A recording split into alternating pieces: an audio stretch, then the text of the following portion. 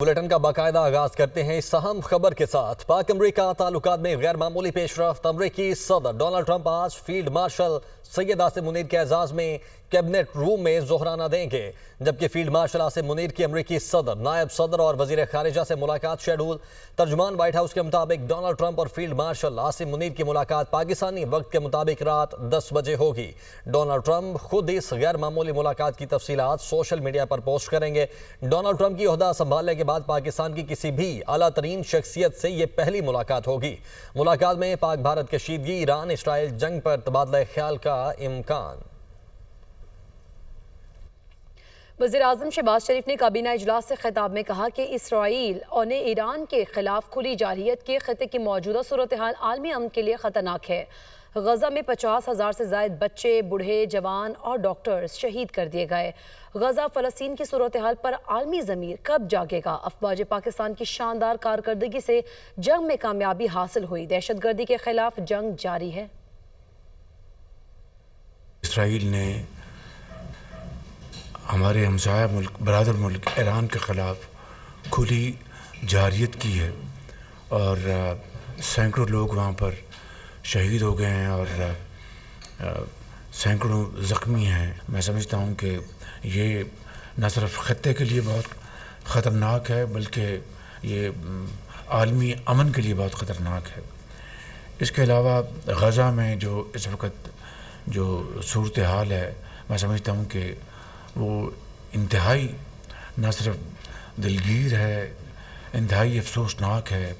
जो जुल्म का बाज़ार गर्म है, मैं समझता हूँ कि इसके लिए भी आलमी ज़मीर को अब कब जागेगा। अल्लाह ताला ने हमें अज़ीम फ़तह अता फ़रमाई है और अल्लाह ताला की कमाल मेहरबानी से और अफ़वाज पाकिस्तान की शानदार कारकर्दगी और फाइनली मैं समझता हूँ कि ये जो अभी हमारे जो डेलीगेशंस बाहर गए थे पाकिस्तान का मौक़िफ़ पेश करने के लिए, बिलावल भुट्टो साहब की लीडरशिप में उन्होंने जाके पाकिस्तान की भरपूर नुमाइंदगी की। IMF को हमने पूरी तरह बता दिया था कि हम ज़राअत के ऊपर कोई हम टैक्स नहीं लगने देंगे। वज़ीर आज़म शहबाज शरीफ ने कैशलेस इकॉनमी और मईशत की डिजिटाइजेशन के लिए कमेटी कायम कर दी। वज़ीर आज़म की ज़ेर सदारत कमेटी इक़दाम का हफ्तावार जायज़ा लेगी। वज़ीर आज़म ने कहा, मईशत की डिजिटाइजेशन हुकूमत की अव्वलीन तरजीहात में शामिल है। पॉलिसी इक़दाम से डिजिटल अदायगियों और रकूम की डिजिटल मुंतकली की हौसला अफजाई की जाए। वफाकी बजट में कैशलेस इकॉनमी के फ़रोग़ के लिए इक़दाम तजवीज़ किए गए हैं। गैर रस्मी मईशत के खात्मे और शफाफियत के लिए कैशलेस खरीदारी और रकूम की मुंतकली के लिए इक़दाम कर रहे हैं। मईशत की बेहतरी के बदौलत महंगाई की शरह में कमी, तरसीलात ज़र में इजाफा हुआ। स्टॉक मार्केट में कारोबार में तेज़ी, सरमायादारों के हुकूमत की पॉलिसीज़ पर एतमाद का इजहार है। नायब वज़ीर आज़म इसहाक़ डार ने सेनेट में इजहार ख्याल करते हुए कहा कि ईरान इसराइल जंग से न सिर्फ खिते बल्कि आलमी अमन के लिए सख्त खतरा है। 21 मुस्लिम ममालिक ने मुश्तरका बयान में ईरान पर इसराइली जारहियत की सख्त मजम्मत की है। 13 जून को इसराइल ने आलमी क़वानीन के खिलाफ ईरान पर हमला किया। मुस्लिम ममालिक ने फौरी तौर पर जंगबंदी का मुतालबा किया है। मुस्लिम ममालिक एटमी अदम फैलाव के मुआहदे पर दस्तखत के हामी हैं।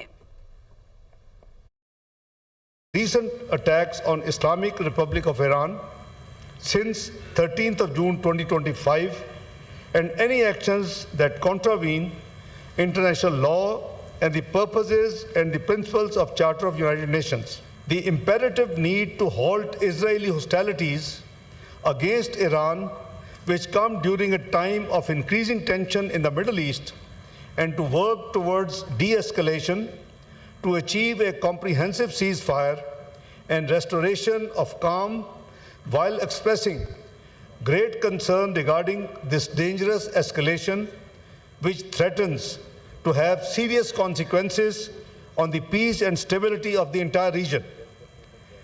The urgent necessity of establishing a Middle East zone free of nuclear weapons and other weapons of mass destruction, all countries of the Middle East to join the Treaty of the Non-Proliferation of Nuclear Weapons, NPT. हुकूमत का solar panel पर sales tax 18 से कम करके 10% करने का ऐलान। नायब वज़ीर आज़म इसहाक डार ने कौमी असम्बली में इज़हार ख्याल करते हुए कहा कि बाहमी मुशावरत से फैसला हुआ है कि सोलर पर इस साल सेल्स टैक्स 10% लगा रहे हैं। डिजिटल पर सर्विसेज टैक्स सूबों के पास रहेगा। पहले सरकारी मुलाजमीन की तनख्वाहों में 6% इजाफे की तजवीज़ थी, मगर काबीना की मुशावरत से 10% इजाफा किया गया। वो के ऊपर जो 18% प्रपोज्ड जीएसटी थी लगाने की इस बजट के ज़रिए, उस पर एक चीज़ मैं क्लैरिफाई करना चाहता हूँ कि जो इम्पोर्टेड कंपोनेंट हैं जहाँ भी सोलराइजेशन हो रही है वो रफली 46% इम्पोर्टेड कंपोनेंट है। जो इन्वर्टर्स और बाकी सारी चीज़ें हैं 54% वो already subject to normal taxation है पाकिस्तान के अंदर वो चीज़ें। इस साल के लिए हम 18 नहीं, इसको 10% जो है सेल टैक्स को कर लेते हैं कंसल्टेशन के साथ, बामी मुशावरत के साथ, क्योंकि ये माइंड में रखें कि कोई भी चीज़ जो हम रेवेन्यू मेजर को कम करेंगे उसको फिर पूरा भी करना है। मसलन सैलरीज थी तो 6% प्रपोजल थी कैबिनेट के सामने इंक्रीज करने की सैलरीज को, और वो 10% काबीना ने कहा कि 6% कम है, तो उसकी वजह से जो अब वो वर्कआउट कर रहे हैं IMF के साथ कि जो लॉस ऑफ रेवेन्यू है। भारतीय हरदर्मी बरकरार, पहलगाम वाक़े पर किसी भी किस्म की सालसी मुस्तरद कर दी। भारतीय मीडिया के मुताबिक मोदी और ट्रंप के दरमियान 35 मिनट का टेलीफोनिक रब्ता हुआ। मोदी ने ट्रंप को ऑपरेशन सिंदूर से मुतालिक तफसीलात से आगाह किया। भारतीय फॉरेन सेक्रेटरी विक्रम मिस्री ने बताया कि मोदी ने ट्रंप को बताया है कि भारत ने कभी सालसी कबूल नहीं की, ना अब करता है और ना आइंदा करेगा। अमरीका सालसी के लिए तैयार है लेकिन ज़बरदस्ती मुमकिन नहीं। तर्जुमान अमरीकी महकमा खारिजा टैमी ब्रूस ने एक सवाल के जवाब में कहा कि सदर ट्रंप ने भारत और पाकिस्तान के दरमियान कश्मीर मसले पर सालसी की पेशकश की है, ताहम वो किसी फरीक को ये पेशकश कबूल करने पर मजबूर नहीं कर सकते। सदर ट्रंप ने वाज़ेह किया है कि हर मुल्क को अपना मुस्तकबिल खुद तय करने का हक हासिल है। वो मदद की पेशकश करते हैं, कबूल करना या ना करना मुतल्लिका फरीक का फैसला होता है। टैमी ब्रूस ने मजीद कहा कि अमरीका जनूबी एशिया में कशीदगी कम करने में दिलचस्पी रखता है, लेकिन अमरीका दूसरे ममालिक के फैसलों पर राय नहीं दे सकता। खुशी है कि सदर ट्रंप मदद का जज्बा रखते हैं। ऑपरेशन वादा सादिक सोयम 10वीं लहर का आगाज, ईरान का इसराइली फजाओं पर मुकम्मल कंट्रोल का दावा। ईरानी मीडिया के मुताबिक ईरान ने ऑपरेशन वादा सादिक सोयम की 10वीं लहर का आगाज करते हुए इसराइल पर मजीद 20 हाइपरसोनिक और फतेह 1 मिसाइल दागे हैं। पूरे इसराइल में खतरे के सायरन बज उठे। पासदारान इनकलाब ने दावा किया है कि इसराइल के खिलाफ ताज़ा हमलों के बाद मकबूजा इलाकों की फजाओं पर मुकम्मल कंट्रोल हासिल कर लिया है और इसराइली दिफाई निज़ाम ईरानी हमलों के आगे बेबस हो चुका है। इसराइली मीडिया का कहना है कि तल अबीब, यरूशलेम, शरोन और हिफा में मिसाइल गिरने के इत्तलात हैं। खौफनाक धमाकों की आवाज़ें इसराइल में सुनी गई।